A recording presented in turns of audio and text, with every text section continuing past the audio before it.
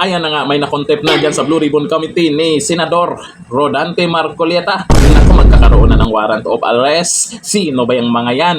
Bakit takot humarap dyan? Baka naman, wala na sa Pilipinas yan. O eto, panoorin nyo. Okay. If he's not here until 10 o'clock, we issue warrant of arrest.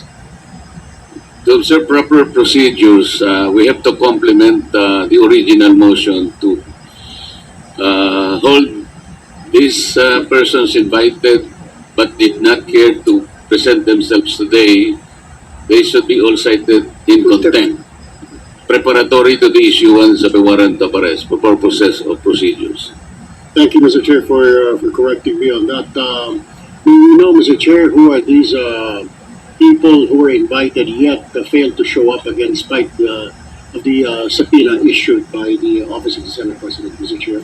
Can we ask the Secretary?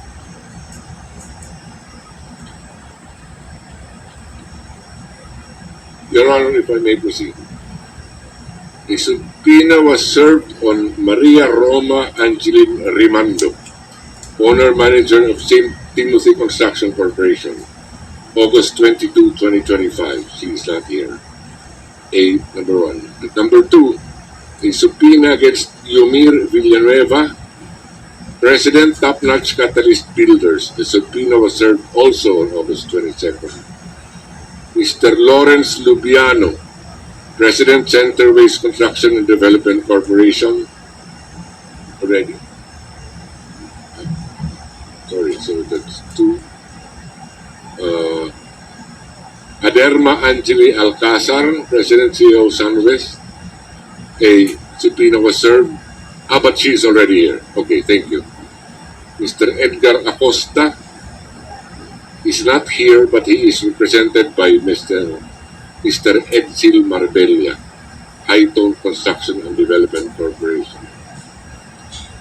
And then Mr. Mark Alan Arevalo, Wawaw Builders is, I think, already here.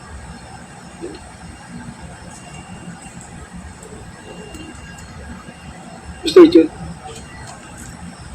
Sir? Thank you. If the motion of Senator Tonto is recalled, then may I move to cite in contempt all these absent invitees so that warrants can be issued against them, Mr. President, Mr. Chairman.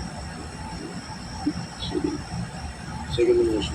So, there's a motion, it has been seconded that all persons invited and properly served in subpoena but did not appear in today's hearing are all cited in contempt in preparation for the eventual issuance of a warrant of arrest. Pangalawang hearing pa lang yan, may na-contempt na. At tandaan natin, itong si Senador Marcoleta ay marami nang naninira dyan dahil sa ginagawa niya. Pero hindi mapatinag yan. Kasi yan talaga ang gusto ng taong bayan, na may managot dyan sa Ghost Project, sa flood control na bilyon-bilyon yung inanod na ng baha. At yung duda ng karamihan kung sino po yung sangkot dyan, ay dapat matumbok yan kung sino man yan. Sana ipatawag yung yung sabi nila si Sal dito. Ngayon, yung mga excited dyan, okay, mag-alala, paakyat ng paakyat yan. Ngayon, may mga kontraktor, may mga kung sino man yung mga sangkot dyan. Siyempre, pag ginisa ng ginisa yan, ay malamang mayroong mga mababanggit yan. Kung sino man, senador man yan, congressman man yan, kung dapat na mapaimbestigahan din dyan, dapat gawin na yan. Kasi itong flood control project na to, ito yung isa. Ewan ko lang kung mayroon pang ibang proyekto na talagang yumaman yung mga magna. Pero ito talaga yung napag-usapan ngayon na hindi pwedeng bitiwan ito ni Senator Marcoleta na walang managot dyan. At sana yung suporta sa kanya, kapit lang. Kasi naman, meron nang nagsimulang manira sa kanya.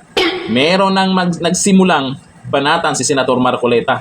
Para lang, maging guluhin lang itong Blue Ribbon Committee ni Senator Marcoleta. At imbis na nakafocus sila diyan sa dapat gawin nila, ay may nag-iingay dyan, may mga nagbubulong-bulong dyan, may isa dyan yung talunan sa pagkasenador, nag-iingay na rin dyan, Eh hindi natin alam, baka kasamahan mismo sa Senado or sa Kongreso at kung sino man na mag-iingay, imbis na makipagtulungan para matarget yung pinuno dyan na talagang buwaya.